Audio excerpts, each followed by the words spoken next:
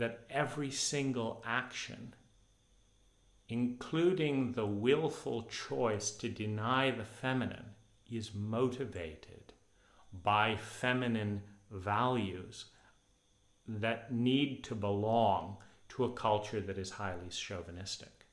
And in order to pay the dues of a chauvinistic culture, the feminine will deny itself or pretend to, in order to meet its own needs to belong, much like the child denies itself, or seems to, in order to tailor to the abuser's needs in the parental relationship, so that the abuser will not abuse them as much, so that they can belong to the family.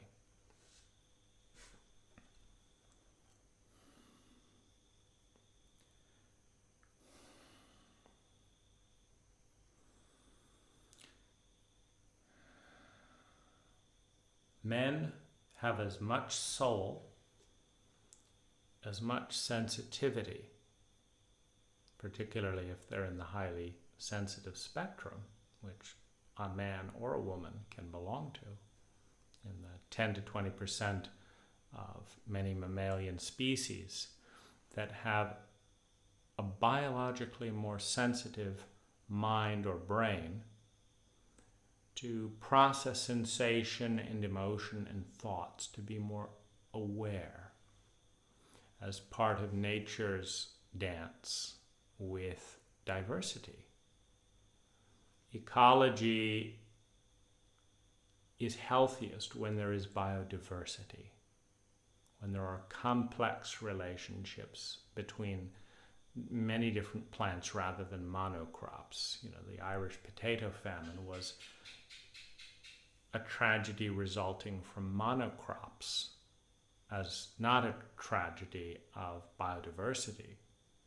When one breed of anything is developed, be it corn, potatoes, a certain type of man, a certain type of human being, a certain type of animal, and that wipes out everything else, the balance of the ecology is incredibly vulnerable to the next epidemic that attacks that one system, which is the Irish potato famine.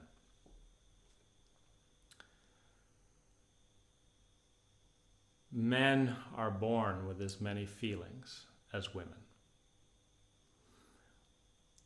They are traumatized more in the growing up process. They are stereotyped away from their feminine side.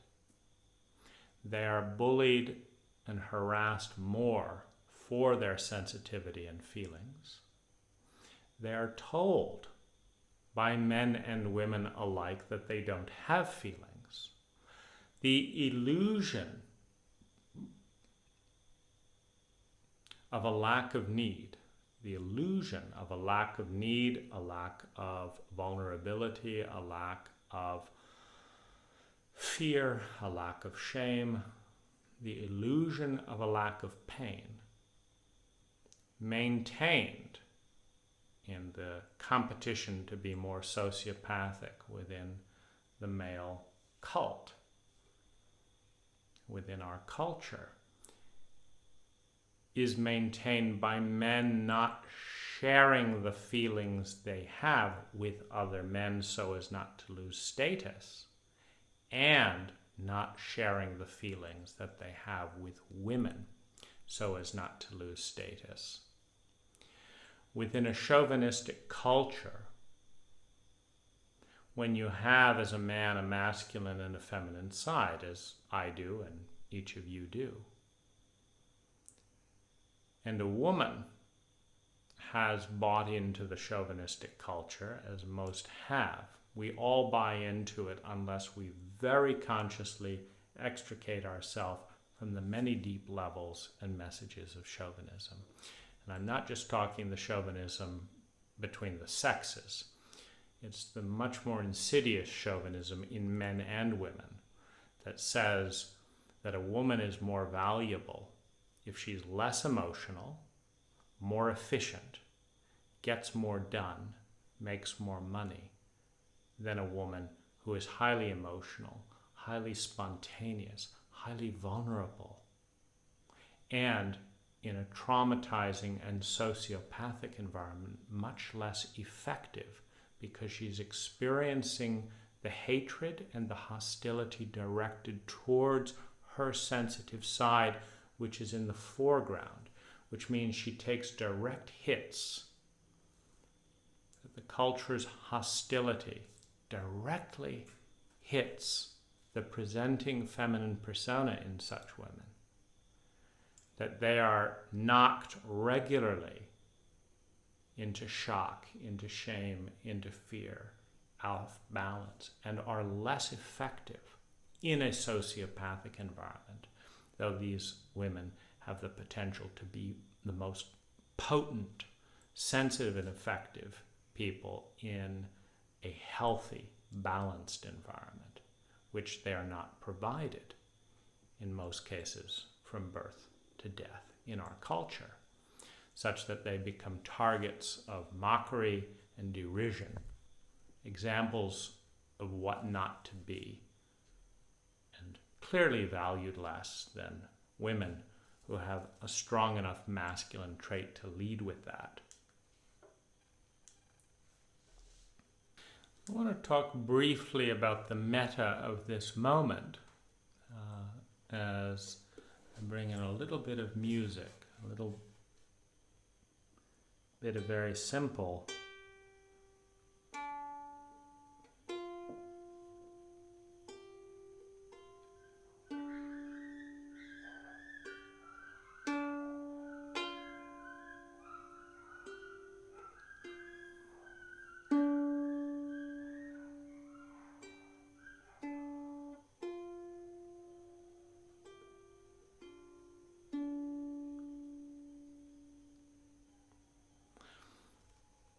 a lace-wing bug found its way into the room and began flying about.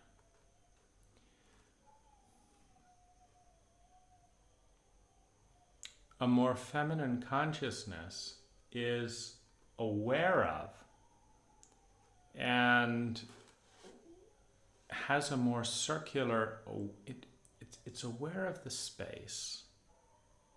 The masculine consciousness that I'm using to make this video is incredibly focused and it's incredibly fragile. I get thrown off by a single insect flying around, this, that, the other. I hear it, I wonder what's going to happen next. I can't focus.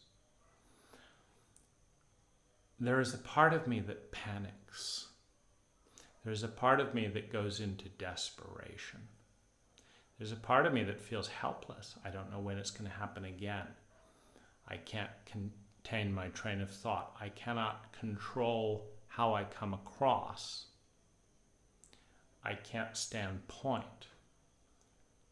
My ability to be masculine is shaken by a single insect. And I cannot keep a train of thought with that insect. Now, in my household, this helplessness, this frustration, this panic on some level that I stop existing, meaning the masculine me that's together and focused stops existing in the vulnerability of being broken, the thread being broken by a bug. Now, in the chauvinism of our culture, this bug is absolutely meaningless, which means that my whole pyramid of identity cannot sustain itself in the face of complete meaninglessness. So first, the chauvinism tells me that I'm only valuable to the extent that I can present a masculine persona, and that value comes in articulating talent, in control, and in mastery, 3 masculine traits. It comes in looking good, in sounding good, in appearing focused, whatever it is. And that this is really important. It also says you are an important person if you can do all that. You're completely unimportant if you just have feelings. You're completely unimportant. You see, I'm talking,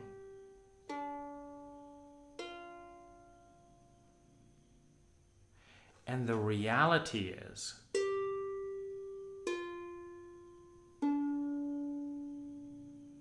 I have more pleasure making those sounds than I do this entire video.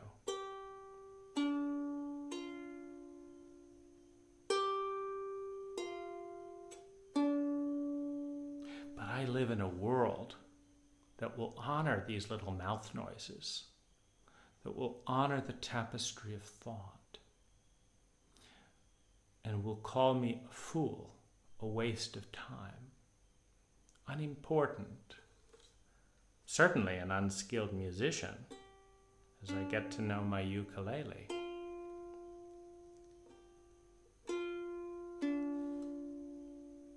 For thinking that because my joy increases, because my felt experience in my feminine self smiles, awakens with these most simple of sounds. It's so amazing.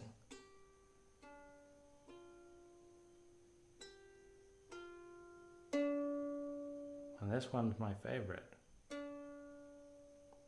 It's so amazing. And my left brain cannot get its head around how this could be worthwhile. Oh.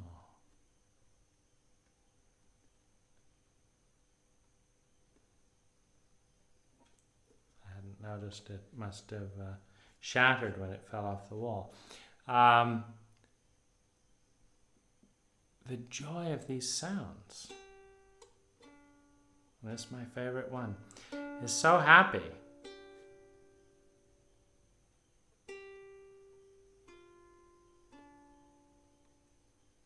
And yet, to my own consciousness, this barely exists. This joy barely exists because my left brain has been so acculturated to say that, as we've got a new insect.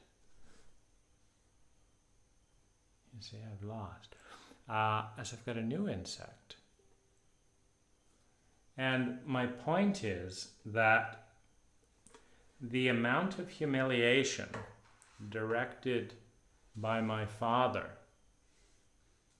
towards the feelings of helplessness, towards the feelings of vulnerability, and this time we're just going to see if we can see, this is the part that is vulnerable. Because the amount of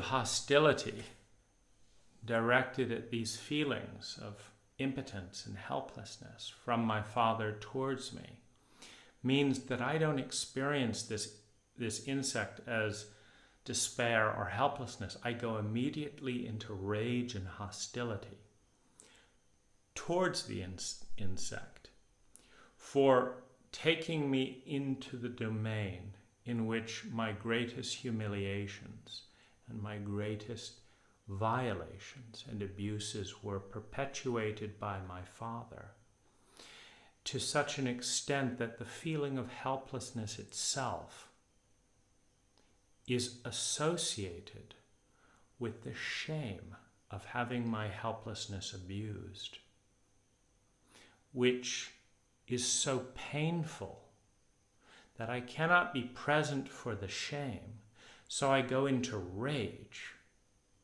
And from a softness and from a care, I become brittle like that, with immense hatred and a rage, an impatient rage and hostility for the bug that is inducing the feelings that trigger the trauma I cannot deal with. In a culture that would shame me like that would rip away my soul in a moment for beginning to honor this terrain. And this directly leads to my violation, not only of my own feminine, but of my partner. Because when she is that bug, when she interrupts a flow, leaves me feeling terrified as she did when she carelessly started driving out into traffic, when she evokes, that this evening when we were having dinner, when she evokes that helplessness, I can no more go into the vulnerability of that panic, that overwhelm and despair than I can around the insect. And the rage and the hostility that protects the deep shame and humiliation of being beaten for expressing my feminine side gets directed towards her. And she knows as clearly as I knew as a little boy, she knows that she is hated because she did something that triggers a phenomena that is such a deep wound. I cannot interrupt the cycle that occurs faster than thought. And after $150,000 of shamanism, therapy, psychic work, the energy work, meridians, acupuncture, I am more debilitated than I have ever been in this area, as opposed to clearing it all up, moving on, after inner child work, forgiveness meditations, shadow work, this and that. It is worse than it has ever been.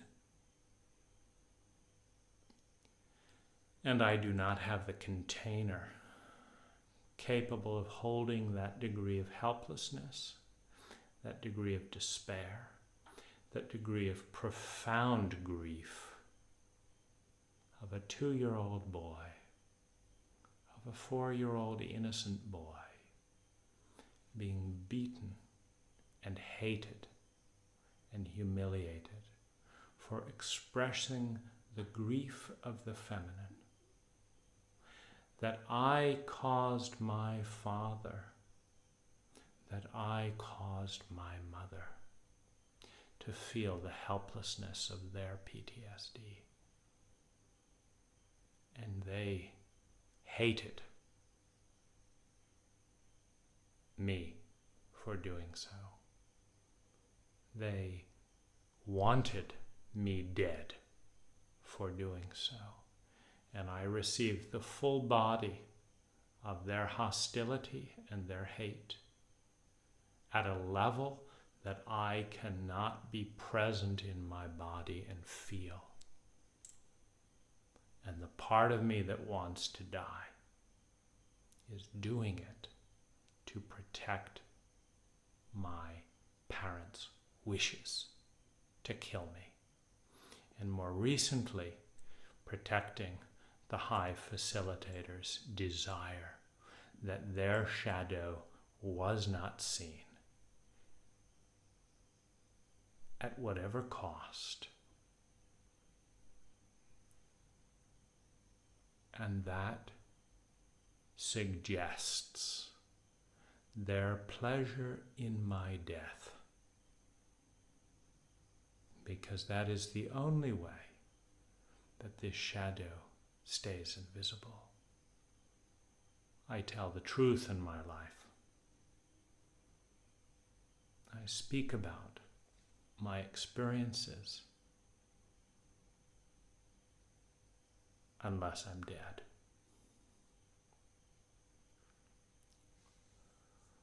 These deep wounds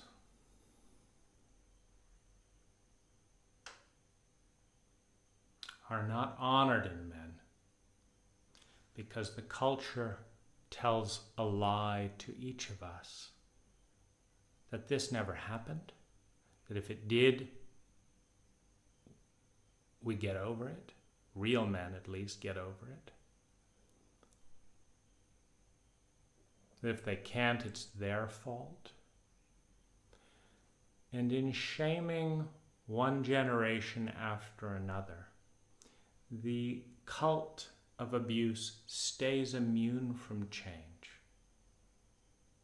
As abuse survivor after abuse survivor is cowed into believing that somehow, if they were a better 2-year-old, if they were a better 5-year-old with violent and abusive parents, none of this would have happened. And they should just be grateful that their childhood, they should be. Notice we're coming into the realm of shame and shoulds again. They should be grateful, just like they should love the parents they hate. They should be grateful because it is very true that in many cases the child's life is better on some metrics than the parent's life. We are advancing materially even as we deteriorate in some ways psychologically. We're playing an interesting trade-off in our culture. More granite countertops for more and more diseases in the DSM manuals of mental emotional disease. We're up to more than 5,000 mental emotional diseases. It's amazing. We're manufacturing them much faster than we're healing them in a culture that is this emotionally illiterate. I began this video driving home on my motorbike this afternoon from a massage and just honoring the beauty and the potential of men and the beauty and the potential of our psyche to be and become anything that the environment fosters and evokes. To be and become as a statistic anything that the environment evokes. I travel around the world and I get to see whole demographics of men and women raised in different environments. One of the interesting things about tropical environments is that they do not traumatize the psyche with the winter. Tropical environments are more feminine as a culture because the feminine flow from the rainy season to the drier season to the rainy season without coldness does not require preparation in the way that 3 feet of snow does. In other words, if you're growing up in Maine, you learn that if you're not thinking 6 months ahead, you're dead.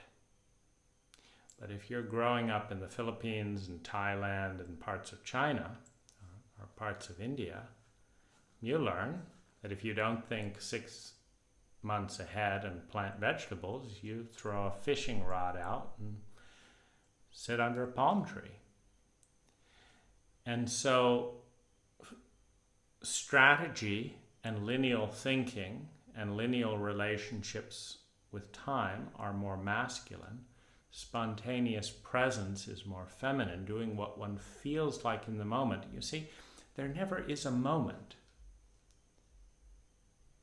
when someone feels like going out, cutting down a tree, and chopping a cord of wood. One doesn't feel like doing that. One's mind says, I don't care what you feel. One's masculine says, I don't care what you feel. Or more importantly, How about caring and being terrified of being alone in the dark without heat on a Maine winter? How about caring about that rather than whether or not you feel like cutting a cord of wood? And so colder climates, through shock, through trauma, and through fear, overemphasize the masculine in the hierarchy of needs, which begin with survival. Warmer climates that do not require forethought for survival stay much more gentle, much more feminine, much more emotional. And it's about the pleasure of that moment. Things can change, it's no big deal, you still survive. Maybe you do this, maybe you do that. You're not dependent on a wool sweater to stay warm. You're not dependent on canned food to stay alive. You're not dependent on boiling water that's ice. You're not dependent on cords of wood to stay warm.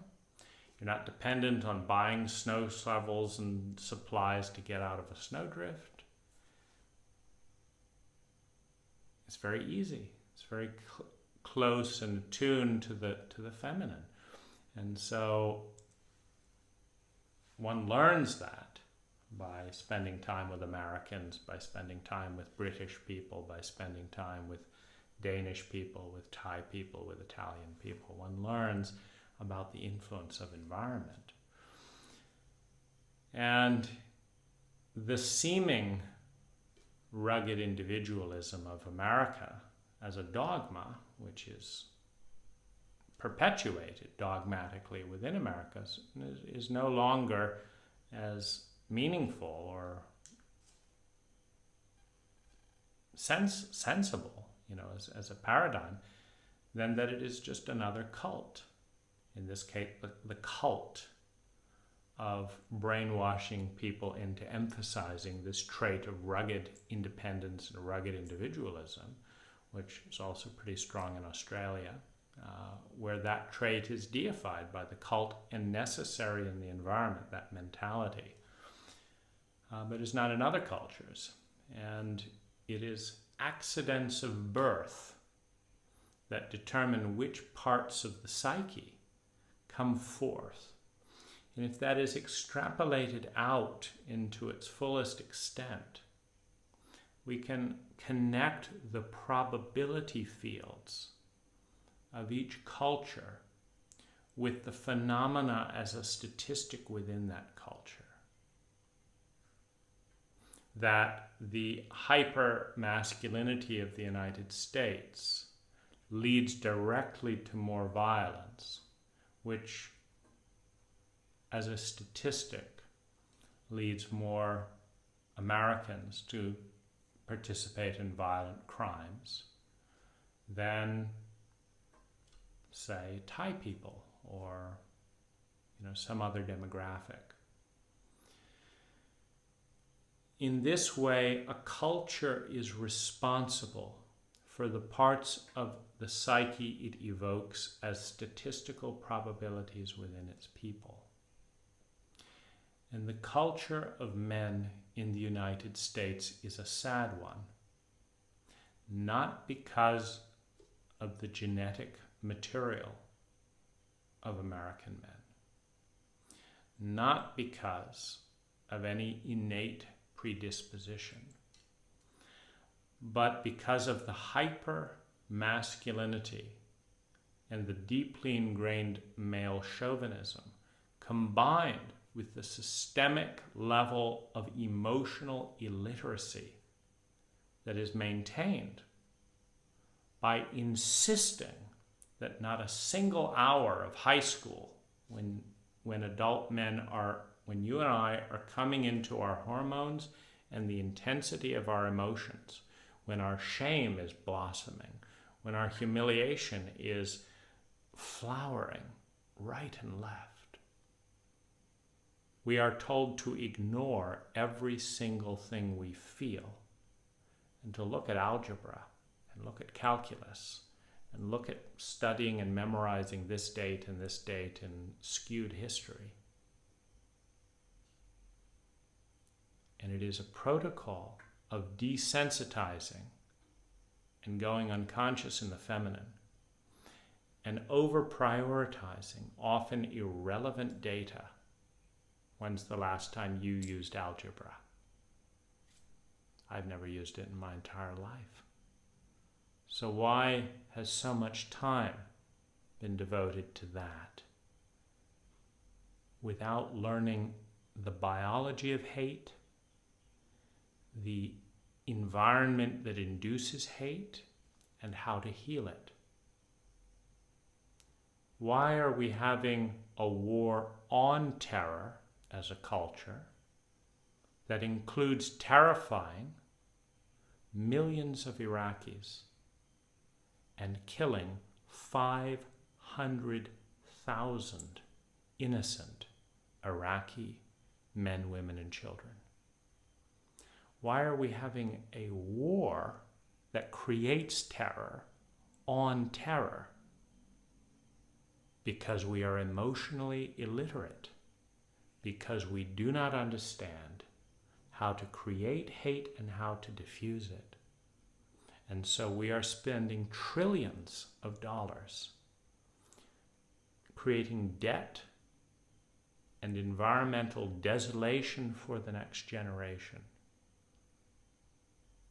As we crystallize environments that create hate, which in turn lead to terrorism, as we create an environment that grows terrorists, human beings that are so terrified and filled with hate from the environment that we have induced. Just try living as an Iraqi civilian under the outrage of our invasion.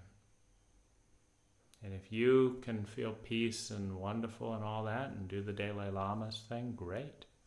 But as a statistic, particularly as Americans, you will feel hate, rage, revenge, and develop massive amounts of PTSD as a statistic, which will in turn dehumanize you, abuse your children, abuse your wife, which will spread the terror.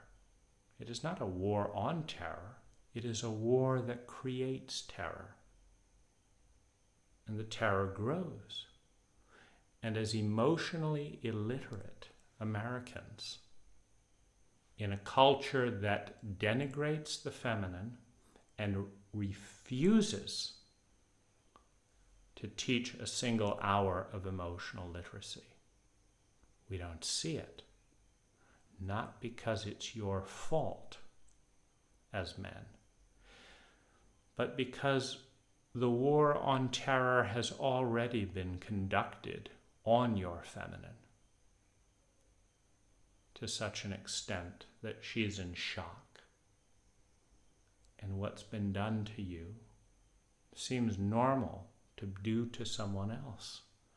In fact, better them than me is often the paradox, as opposed to why do we as children need to suffer these abuses so that a cult can perpetuate its protocol of failing to educate its parents and failing to diagnose its parents of mental emotional disease and failing to require sick parents produced by a sick culture to heal and get support healing rather than entitling the parent to as many children as they want. My parents had 5.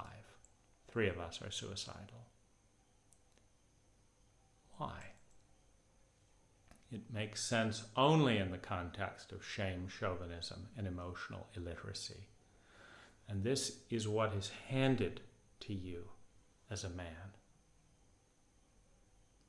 And the amount of hostility that I have felt from women towards the feminine in me that needs, that is desperate, that is traumatized, is immense.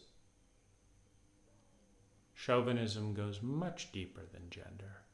It is the hostility of men and women towards the child, towards what is vulnerable, towards what is needy, towards what is innocent, towards what is helpless, towards what is uncertain, towards what is responsive, towards what pleases, towards what serves, towards what trusts. This is the feminine, and it is the most potent energy in the universe. It is the original source, and it exists in men and women until it is exterminated, violated, twisted, shamed, avoided, and then asked to be buried. You deal with these waves of abuse as men coming towards you. You deal with these waves of abuse perpetuated on yourself. And you deal with the impulses to violate the feminine in others, to hate, to devalue, to patronize the feminine in others, correlating with the devalued feminine in yourself.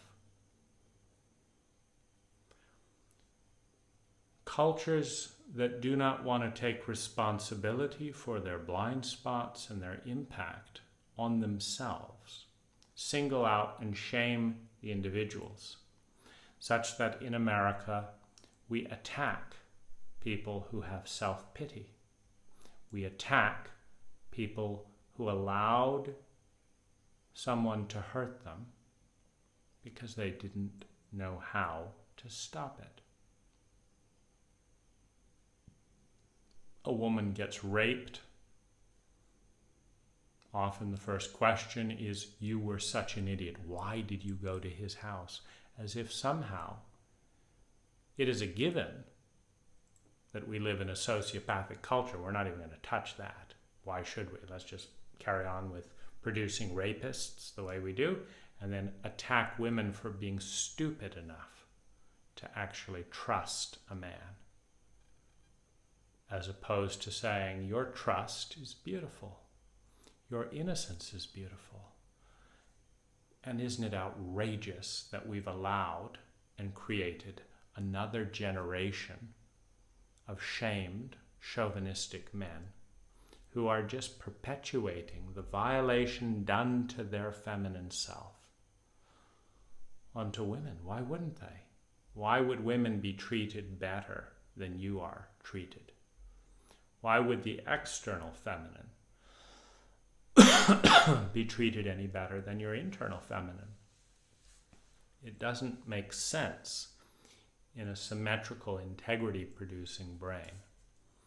But having produced and cultivated a protocol of violation in men towards the feminine,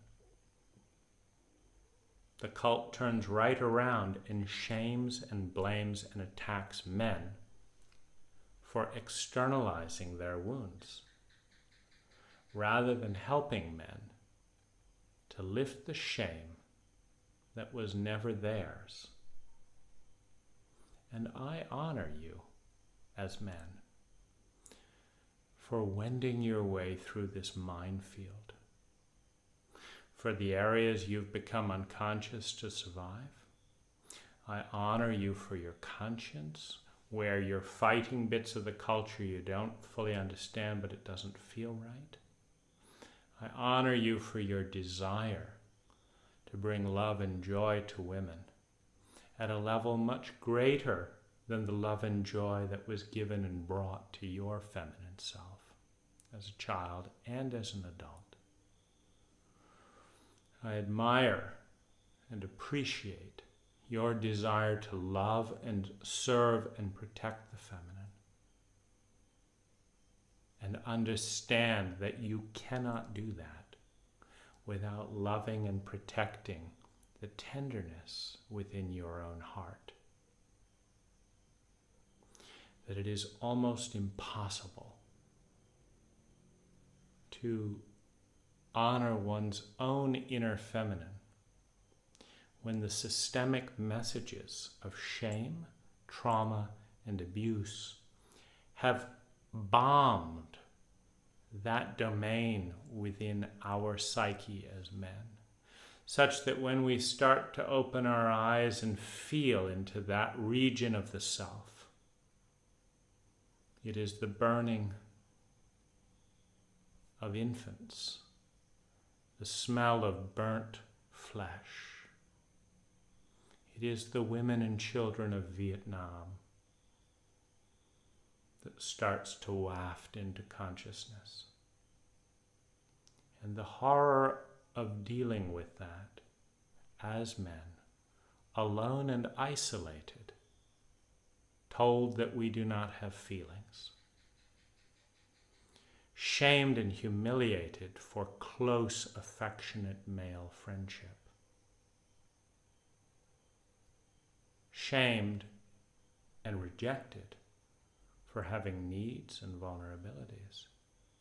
It is impossible to deal with that level of grief that is rising up from the unconscious and the psyche, so that the goddess, that the feminine, that has been suppressed culturally within the West for thousands of years, and the abusive patriarchal cycle can start returning in men, so that men have a right to feel, to be tender, to be loved, to need, to be needed, to want nurturing, and have that be honored and served, such that the little boy grows up into the magnificent king, rather than the harsh brutality of adolescent judgment, coping with the obliteration and shame of the child, and incapable of becoming a king, asked to be an adult and carry the shame of this culture. I honor you as a man. I love who you are as a being that was born whole and has been shattered and fragmented into incompetence by the cult, by the parents, by the lovers, by the friends, whose charge and responsibility it is and was to support who you are in becoming who you are most naturally and magnificently meant to be, who you most naturally blossom into when your consciousness can rise through the reptilian into the mammalian, into the human animal, and start peeking into those transcendent states with the joy and beauty of the feminine, with the wonder and curiosity and the passion of the masculine, to protect, to honor that femininity in yourself, so that you know how to do it out there. I know you've been crushed. I know you have been broken. And I know that a new self, a mask, a sociopathic element, the reptilian function, has provided safety in a crocodile eat crocodile world. Dogs actually don't eat dogs, but reptiles. We have a brain to protect us from sociopathic environments by inducing a sociopathic state. And we owe a deep apology to the men who have watched the horror that they have become in a culture that set out a probability field, that there's an 85 to 98% chance that many of the men in our criminal system would externalize the wounds given to them in infancy. We owe an apology to ourselves and to these men for turning them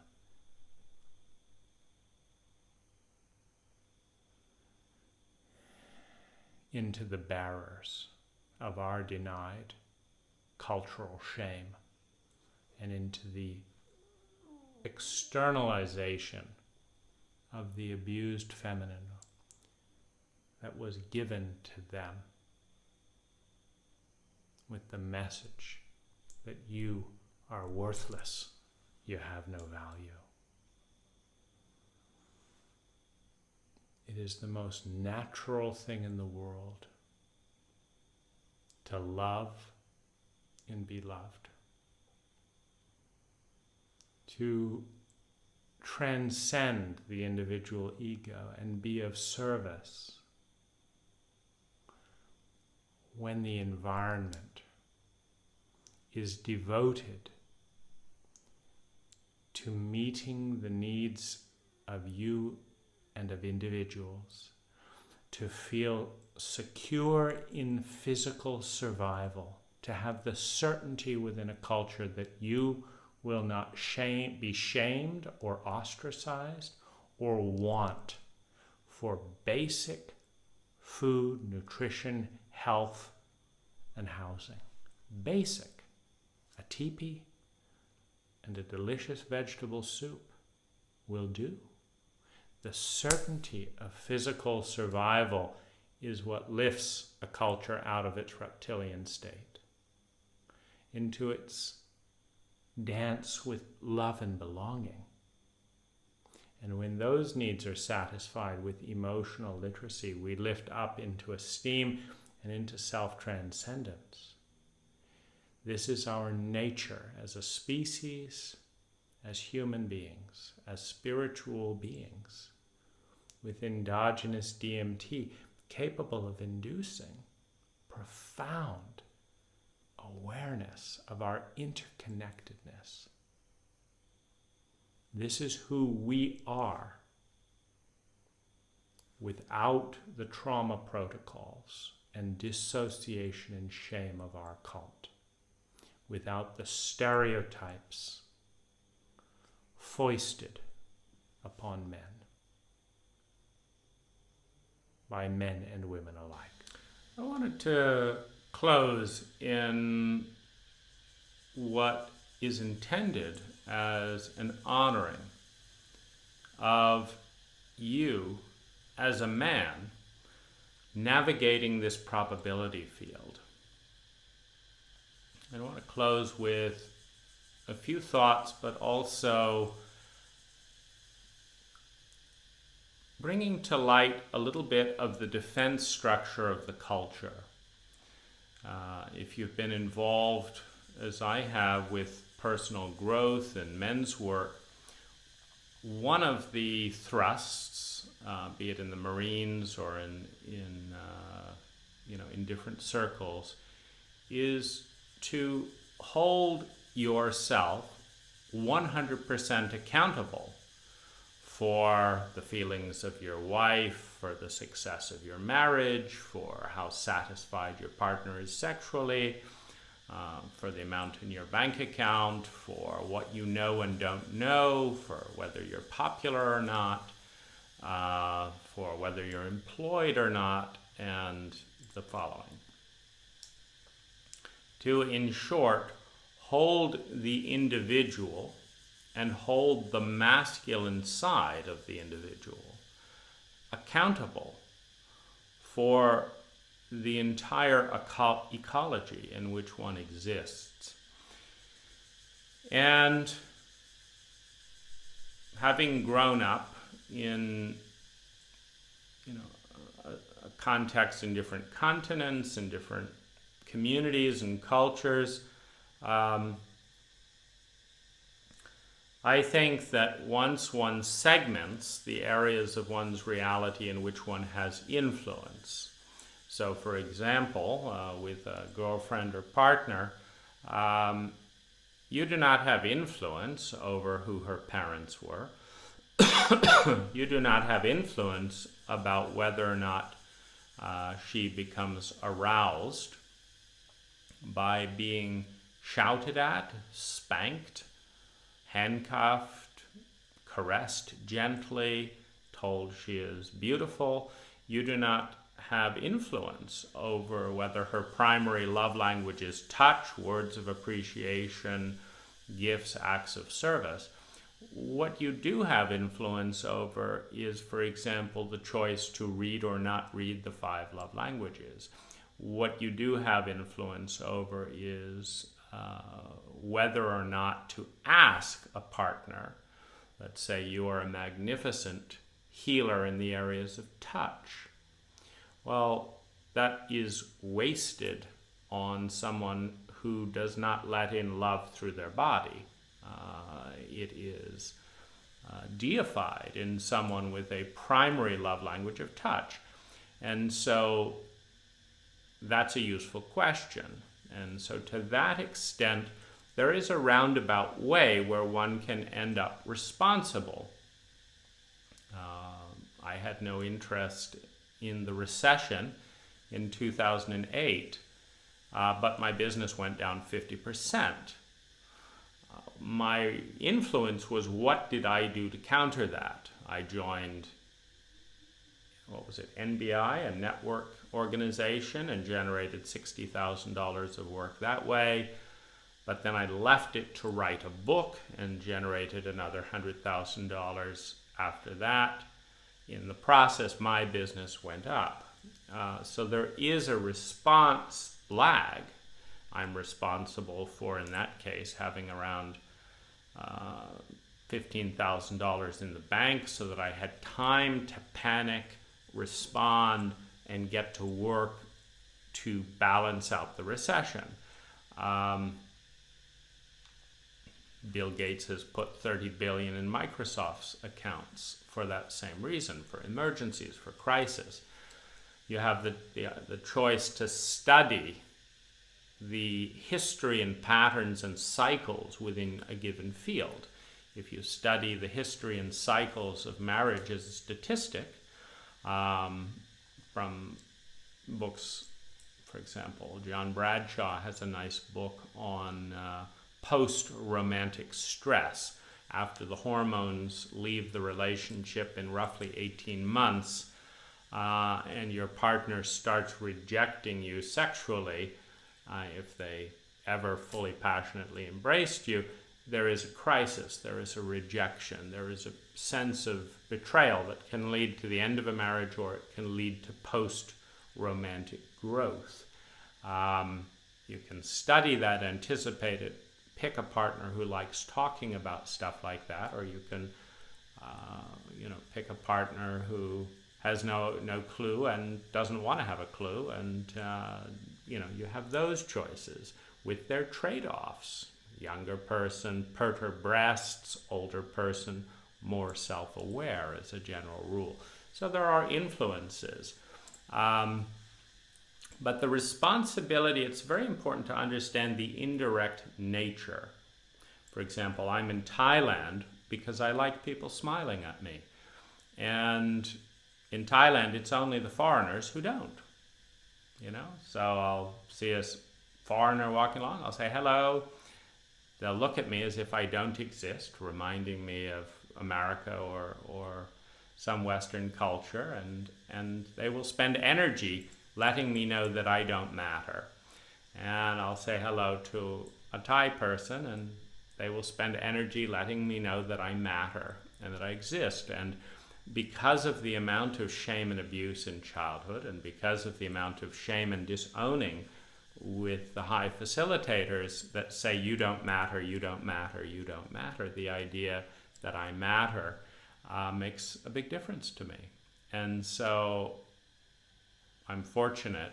You see, the chain of events is such that um, the amount of panic around survival that I had coming out of 2 adult children was so intense. The clear awareness that absolutely no one was going to do it for me was so intense and so terrifying, that I've read hundreds of books on business and stuff, and so I have a repertoire of how did Ford get out of bankruptcy, how did the Sony Corporation go from 2 men who loved each other to one of the most important corporations in the world, how did I think Henry Mars of the Mars Corporation, manage this and that. So there's a repertoire of here's how top winners and leaders in history have handled this or that crisis. Do I want to borrow any of their ideas? And it's not just a flood of overwhelm. But that was a choice to respond to my panic, to respond to my desperation with securing large amounts of knowledge from public libraries. And because I was working at the time, I listened on my Sony Walkman on cassettes. Back in the day when there was cassettes and libraries would loan out free cassettes on useful books on tape.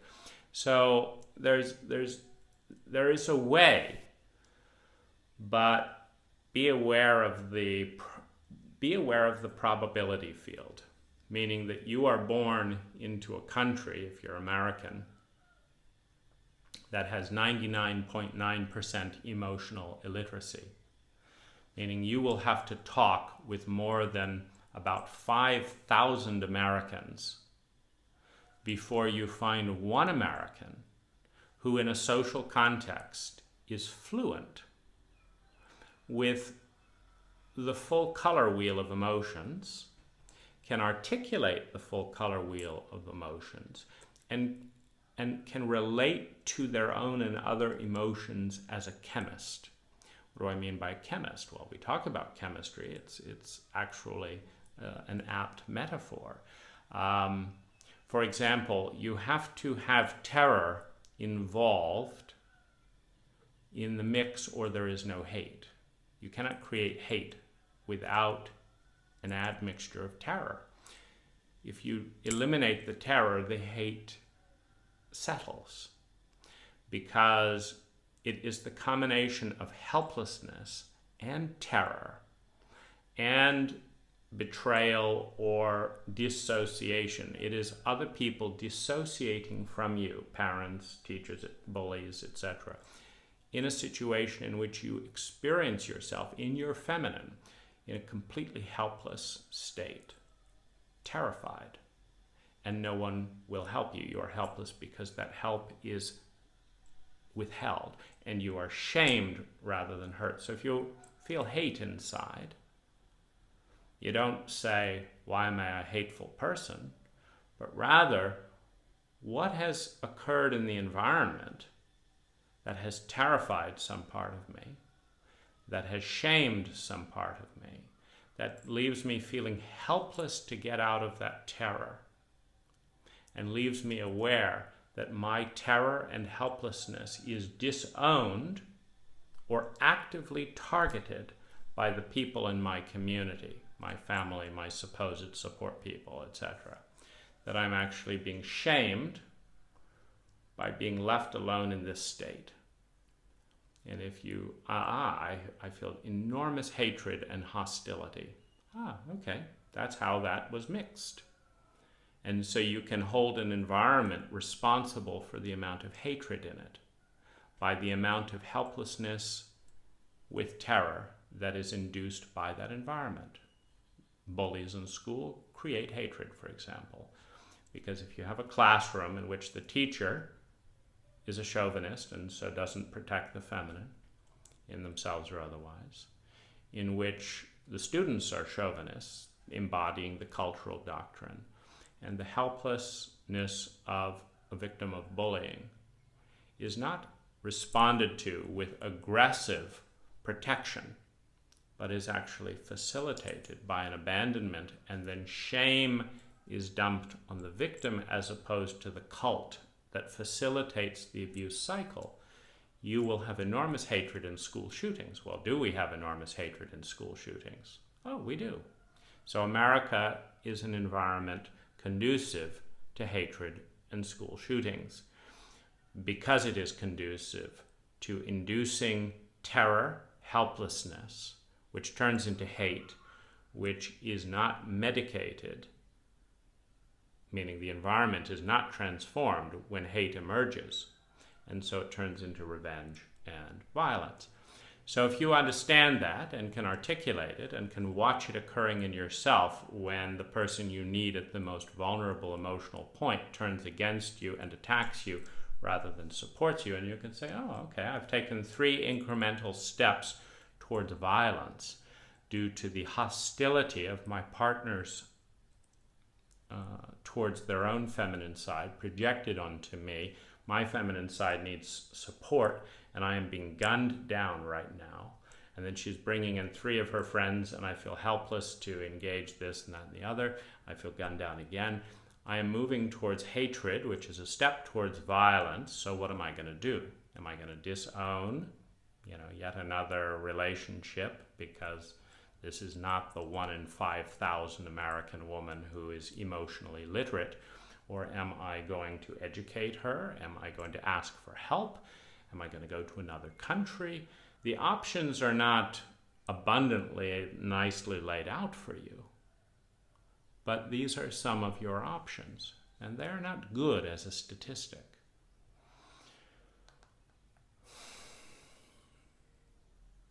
I have received more support than I could ever thought would be necessary, and I am barely making it in areas, barely making it. Meaning, with all of my creativity, with time traveling all around the world, with more than 30 psychological disciplines under my belt, with healthy organic vegetarian food, with this background, with this money, with these resources, with these skills, I'm barely making it in areas. Because the headwind is so strong culturally. The headwind is so strong that 99% of American men are failing in those areas. Not because there's anything wrong with you, but because you have not had the environment that creates 99% success. Because an environment in which 98% of American men are in healthy, sustainable, loving relationships, that love and accept who they are emotionally literate, care about their own feminine, know how to honor her on the outside, and feel safe and secure physically, emotionally, and in belonging, can access their full spectrum of emotions with dignity and honor, and understand the ecological relationship between each of those feelings and the environments in which they exist. If in that environment in which 99% of men were experiencing that, and you were the only man in the 1% who wasn't, you might ask yourself, what is wrong with me? But in an environment in which 1 in 5,000 American men is experiencing that, and in an environment in which you have been put through a protocol of intergenerational traumatization and blindness and walled up, into a protocol of stereotyping that denies a great deal of who your psyche is as a man, and have then been subjected to shame and humiliation that started at home, continued with peers and teachers in school, and continued with women, and then continued in the workplace, and were put into that minefield in which the odds of you hitting a landmine and experiencing another traumatic event is 1 in 10, 1 in 5, on the day, on the hour, depending on your situation. And put into that situation with zero training, Zero training on how to protect your feminine. Zero training on how to articulate and understand the flows and rhythms of your emotions. Zero training on the biology of emotions in the body and how that relates to cortisol, adrenaline, trauma, etc. It is a remarkable phenomena that you exist as a human being if you do. Many of us exist as sociopathic, exhausted reptiles living in the reptilian brain, induced by the traumas of the culture, trying to put on a facade that is scripted in the perfectionism that says if you are perfect and you do all of this right, then maybe you'll be safe, maybe you'll be loved, maybe you will belong. It is a minefield, and it is not one of your making. The odds of escaping parts of this minefield are about 1 in 5,000. The odds of escaping other parts of that minefield are 1 in 100. But many of the minefields that you and I are dealing with as men growing up in this culture are 1 in 100. One man out of 100 escapes unscathed in this arena. 1 man out of 100 escapes the amount of shame that you and I have statistically experienced. 1 man in 100 learns what to do with that other than to start drinking or drugging or whatever. Compulsions are adaptive coping mechanisms that respond to the amount of pain in the space in an emotionally illiterate culture. Now, the very, very important thing to know, and what started this journey, is it's not your fault. You did none of this, number one. Number two, you would be, without any effort on your part, be amazing if you were born into a healthy, balanced, sustainable, emotionally literate culture, oriented in its values to the pinnacle of human well-being, using the scientific method. Scientific well-being is one paradigm, where you use science to measure the amount of well-being of a population, mentally, emotionally, spiritually, psychologically, etc. And you respond with data and best practices in a consistent protocol that raises the level of security, survival, belonging, love, self-esteem, and self-actualization of the people, and where that is what the people are in service to on a daily basis, on a direct daily basis. Where the question, quote, your boss, which doesn't exist so much in that paradigm, asks is, how were you all feeling mentally, emotionally, financially, etc. yesterday? How are you doing today? And what can we do to help you become the human and spiritual being that you are? And how can we do that for the people we serve? Are we winning in helping our, quote, clients raise through Maslow's hierarchy of needs? Are our clients, as a result of working with us, becoming more secure in their survival, feeling like they belong here with us, feeling loved, feeling cared for? Are they feeling dignity and self-esteem? Are they raising? And the amount of progress in that direction is how we measure ourselves. And an award-winning company is a company that helps all of its clients rapidly ascend Maslow's hierarchy of needs, and that everyone wants to learn from and emulate. Raised in a culture such as this, with the primary human needs and drives targeted and oriented to supporting and serving, as opposed to managing the dissociative and traumatic threats within the environment, sees you as an entirely different human being. Your psyche and your probability at birth of becoming that in a healthy and loving culture is enormous. Your probability of becoming that in American culture is 1, 2, 3%. And you're in the 1, 2, 3% that is most likely to do that because you've made it to a point where you can actually watch a video like this. See, the person who's being gang raped doesn't have time to finish the video. The fact that you do puts you in the probability field, in the top 5% of American men.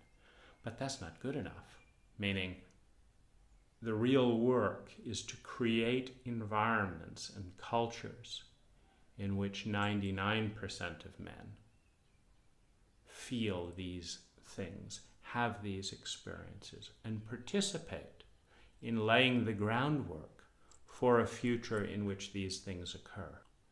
This is the real work. And you have an opportunity to participate, to be a part of it. Now, I will just share very briefly what's been useful for me in the discretionary time available to me. John Bradshaw, work on shame. In my emotional literacy, the channel Lazarus, for example, the communication package called Jealousy, Envy, and Rage. The package is Shame 1, Shame 2, Shame 3, Shame 4. Ending Pain, Conquering Fear. These are aspects of emotional literacy that I have found useful. Poetry.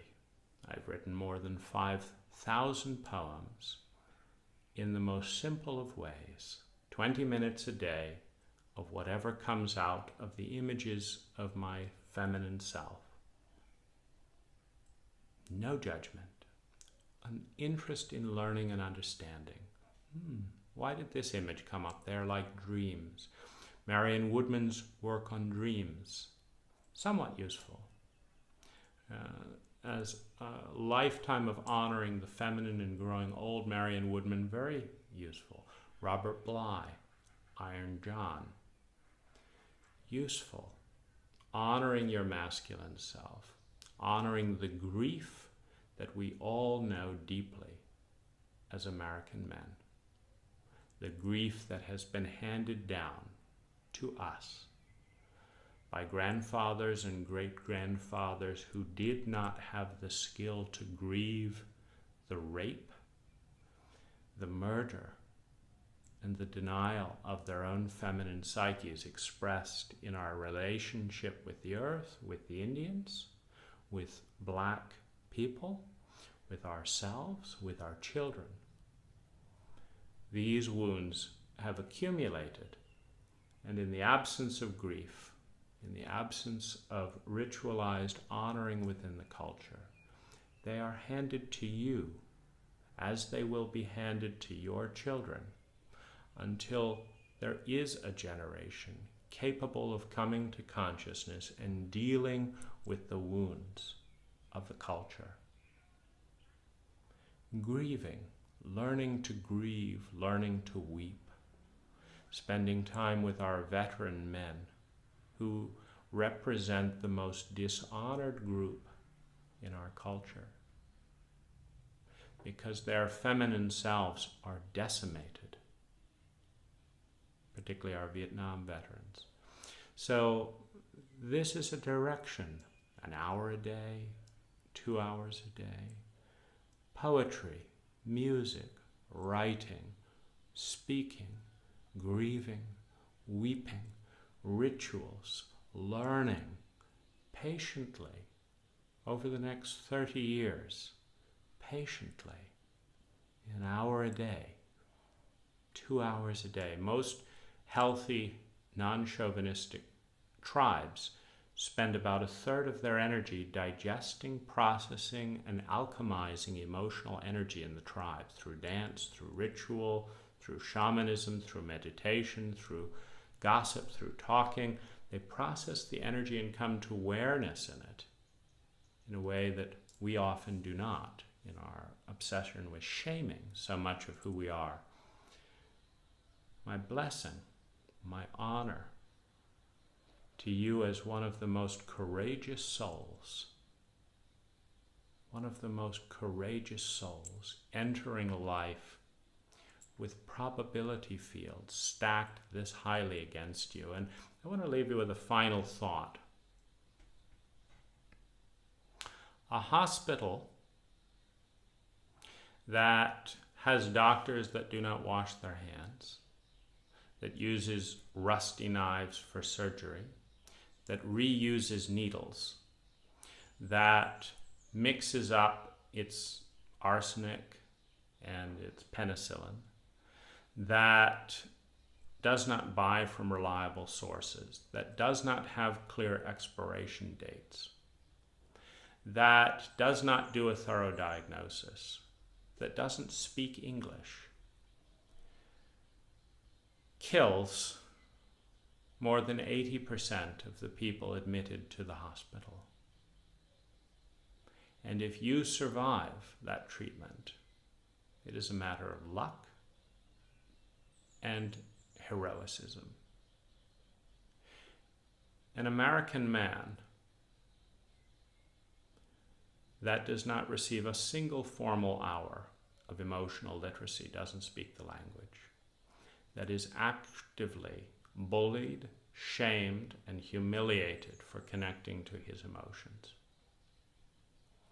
that is prepared to be a drone in a materialistic factory, that is humiliated and betrayed by men and women alike in the power structure, from government, from family, from community, from therapists, and by their lovers, who is hated by their children for the incompetence that comes from receiving zero parental training on how to be a parent,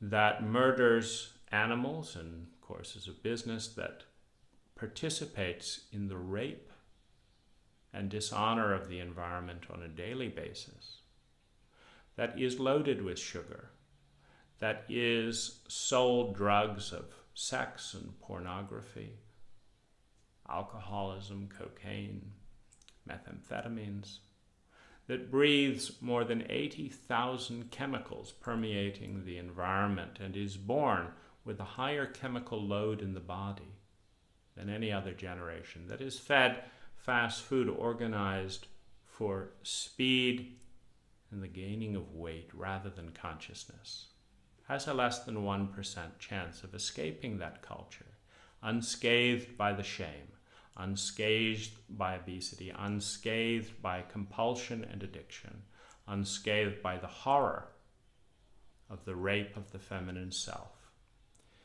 unscathed by the trauma induced in childhood, and unscathed by the inability to grieve in a culture that is committed to pretending that it is fine, based on the GDP of materialist consumption.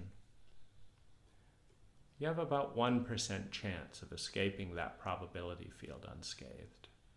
And to the degree that you have escaped it, I honor who you are.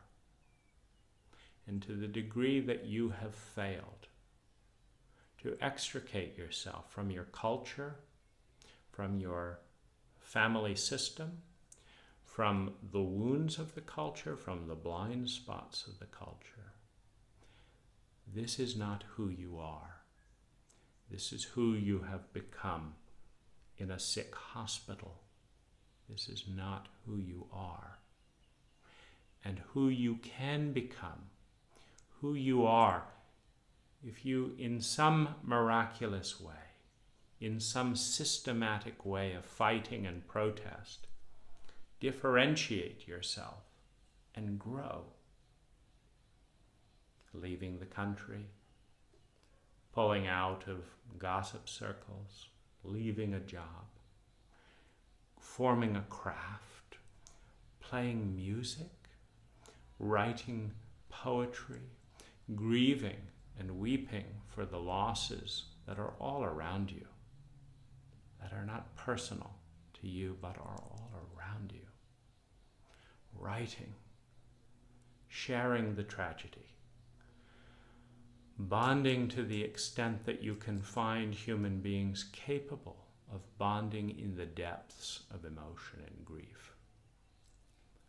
Speaking truths in environments that honor those truths that are not 99% of the culture's environment, but perhaps in a monastery, perhaps alone in nature, perhaps on a psychedelic journey, where you have a chance in a small sliver of the ecology not infested with the chauvinistic ethic to be who you are, to love your presence, to get to know your presence for the first time.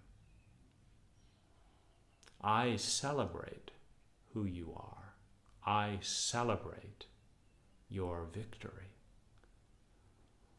And I celebrate your courage to be born here against odds such as these and play this game of laying foundation that one day may be a time when 99% of our descendants are emotionally literate, honor their own femininity as well as their masculinity as equal parts that need no explanation, and participate in the partnering to meet needs in a sacred dance that builds on the deep natural instinct to love that emerges as we climb through the reptilian brain of our time as alligators 200 million years ago, as we climb through the mammalian brain, the lions, the bears, and the instincts, as we become the human animal, learning technology and to cooperate, and lift into the endogenous DMT states within our brain that a small percentage of humans are currently experiencing in mysticism, in near-death experience, the endogenous DMT states that certain Buddhist monks access, of transcendence, in which we have an awareness cut off by the rape of the culture, cut off of being connected and an integral part of the consciousness field and the ecological field of our environment, and in which our greatest joy is to surrender the obsession with the egoic self and feel the beauty of a larger self washing through our body, through our mind, through our hearts, extending far beyond the fingertips, and to feel the free honor of being a part of something transcendent that is more magnificent and beautiful than the limited self, however beautiful, however lovable, that we are capable of curating alone as separate beings. It is a magnificent, magnificent journey. And over the next 200 or 300 years, as we survive as a species, you are in the very, very rough stage in the Wild West of this journey. And I honor you for the despair, the muddling, the grief, the helplessness, the sadness, and the loneliness that is part of being an American man today as a 99.9% statistic. And I honor you for what you have done with such odds and where you are going, who you are. I honor you. And the tentative steps that you take to read one book, one page, write one poem, and then another, and another. To discover who you are, who you naturally become, when unhampered by the burden that this cult has placed on all of us from birth as men.